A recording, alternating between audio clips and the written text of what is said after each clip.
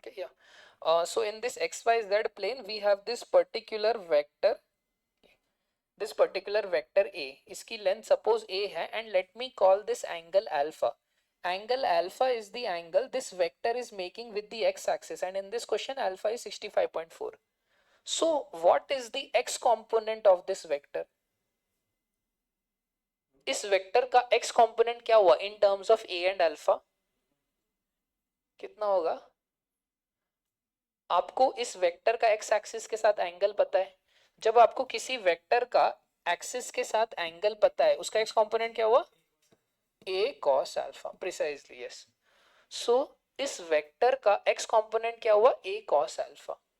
This clear? Yeah. Now this vector also makes an angle with the y axis. ये angle आप यहां देख सकते हो, ये पीछे ये जो वेक्टर है ना, लेट मी टर्न इट. या ये जो आपका वेक्टर है ना, ये y एक्सिस के साथ एक एंगल बना रहा है. और यू सी, ये प्लेन है, एक प्लेन का एक एंगल बना रहा है ये y एक्सिस के साथ. वो एंगल कितना है? 45.5. okay, so we can call this particular angle beta. This is the angle this vector is making with the y axis. This is your y axis. So इस वेक्टर का y component क्या हुआ? a cos beta. देखो क्या होता है, अगर मेरे पास एक वेक्टर है, वो इस एक्सिस के साथ एक एंगल बना रहा है बीटा, तो इसका x कंपोनेंट क्या हुआ? y कंपोनेंट क्या हुआ? cos beta. मेमोराइज. देखो लास्ट टाइम क्या किया था हमने, ये वेक्टर ऐसा था, सो इसका x कंपोनेंट क्या हुआ? a cos alpha and a sin alpha. But now I am giving you two angles beta. So इस वेक्टर का y कंपोनेंट क्या हुआ? a cos beta, which is a sin alpha. So I am giving you another angle now, beta. Beta is the angle of this vector with the y axis. Understood? Yeah.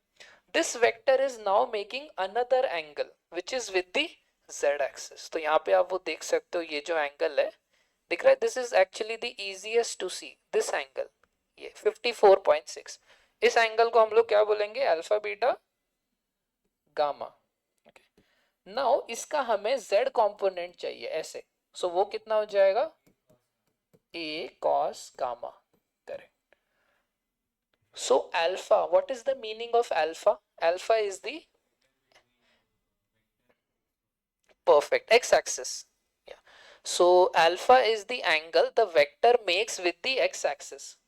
Okay, so this is the basic topic हमारा, resolution of vectors in 3 dimensions.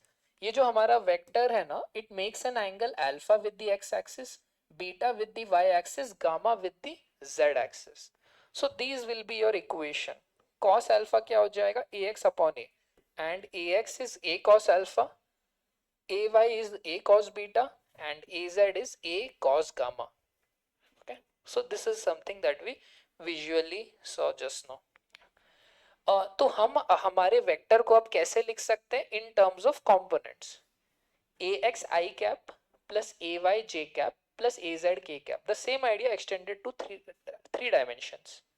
Now how do we write A? A can be written as under root A X square plus A Y square plus A Z square. What is A X? A X is a cos alpha, ay is a cos beta, az is a cos gamma. So now what we will substitute, हम लोग हमारा ये identity लेते हैं, ये वाला, इसमें ना सब्सटीट्यूशन करते हैं. ये रहा, putting the values of ax, ay, az in it. a is under root A X square plus A Y square plus A Z square. A X A Y A Z क्या? A cos alpha, A cos beta, A cos gamma. ये करके ना, if you take it out, यहाँ से A cancel, you will get an identity. This is the relation between cos alpha, cos beta, cos gamma. समझ में? cos alpha, cos beta और cos gamma जो है, इन्हें डायरेक्शन कोसाइन भी बोलते हैं. कोसाइन, कोसाइन क्योंकि cos ले रहे हो आप obviously. What is the meaning of alpha? Alpha क्या होता है यहाँ पे? Angle the vector makes with the x axis. What is the meaning of beta? Angle makes with the y axis.